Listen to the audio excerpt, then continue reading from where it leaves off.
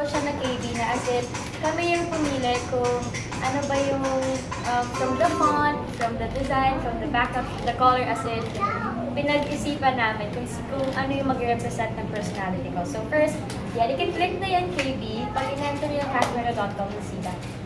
And then you can click it. Wait lang guys. Kailangan mabilis internet yun. Wait lang, wait siya. So, diba, nung debut ko, nakita niya na parang yung theme ko may mga flowers. Also, parang medyo vintagey na girl pa rin. So, medyo similar din tong site. Ganun yung feel niya.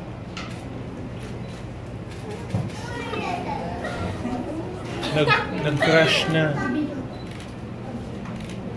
God, is this just a teaser? You just made it for the website teaser now? Yeah, for teaser. Wow, effort. And yung mga pinost ko na parang nag-ano kami na gusto namin, mag-curious na lang yung mga tao na ano ba yung pinapost na sa Facebook? Professor Reds, para sa bibigyan na ako pinapost. And parang yung iba, guess nila concert, sabi nila album, or yung iba wedding, or sabi birthday ulit. So, as in, parang clueless sila. And then, ngayon, gano'n na rin nila. Parang surprise talaga. Kasi parang walang nakaguess ng website, no? Hindi nila na nag-guess. Ayan, so there. So, yung mga namin, yung mga categories namin is first is the Pink Confessions. Pink Confessions is like a diary. And then the style, beauty, travel, food, music, work, and cupcakes. Alam ko, bago sa pangdinig ko siguro yung cupcakes. And yung cupcakes, yun yung dinecide namin na tawagin sa mga... Kasi di ba kayo, may iba-iba kasing name kayo per group lang. Cactus Spikers, Ka-Dreamers, Devotees. So, nag-decide kami na as a whole, maganda siya tawagin na cupcakes. Diba? So, parang kayo yung cupcakes. So, parang pag nakita nyo yung cupcakes, it's something na makita nyo na ako yan, na parang ito yung namin, contribution namin sa side. Wow. And marami mag-feature dyan sa cupcakes din. And actually, may na-feature na ngayon na i-discuss ko later. So, first, the Pink Confessions. Ayan. Andyan yung mga unrevealed videos and mga stories na hindi nyo nakita before. So, ngayon meron na dyan 3 na stories na nagawa ko. Hindi pa masyado madami kasi kulang pa sa time. Pero I promise you guys na habang tumatagal, mas dumadami yung content sa website. Pero now, meron na sample. Sige. Sige.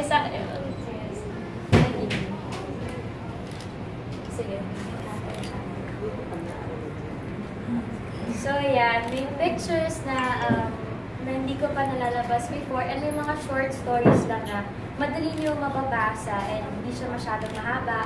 And mas ma-enjoy na lang talaga siyang basahin. And makikita nyo na pag binabasa na siya, naririnig ko yung boses ko pag binabasa na siya. Kasi ako yung gumawa na lahat. So, yeah. First, of course, yung intro, kung who is Catherine Bernardo talaga. And then, yung story ko, kung paano ako nag-start.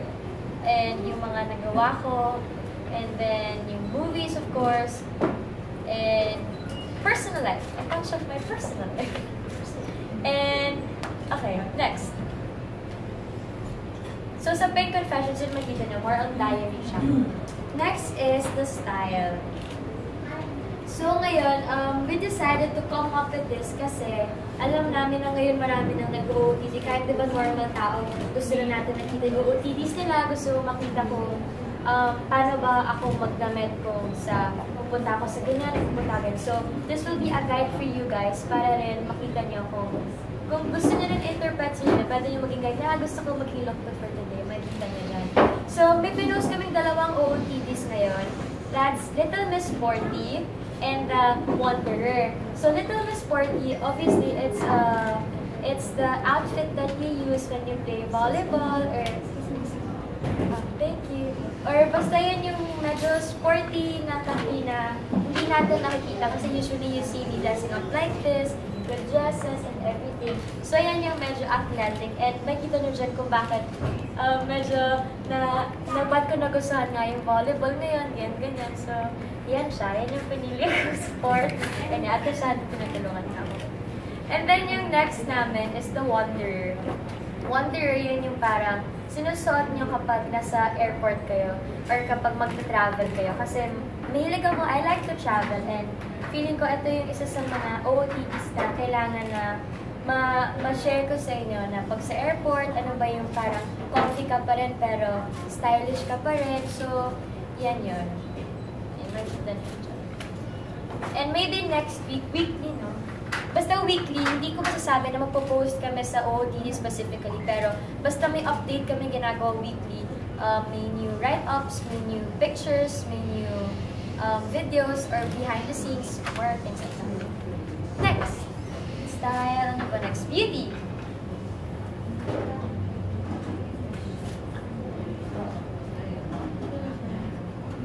So, beauty is about makeup, skincare, and pwede rin under beauty, of course, yung hair. With the help of Kuya John and Ate Det, sila talaga yung natutulong sa akin kung paano natin ma-achieve yung perfect look for you. Kung meron ka ba, gusto mo ba dewy skin, gusto mo ba natural makeup, yung mga stuff like that.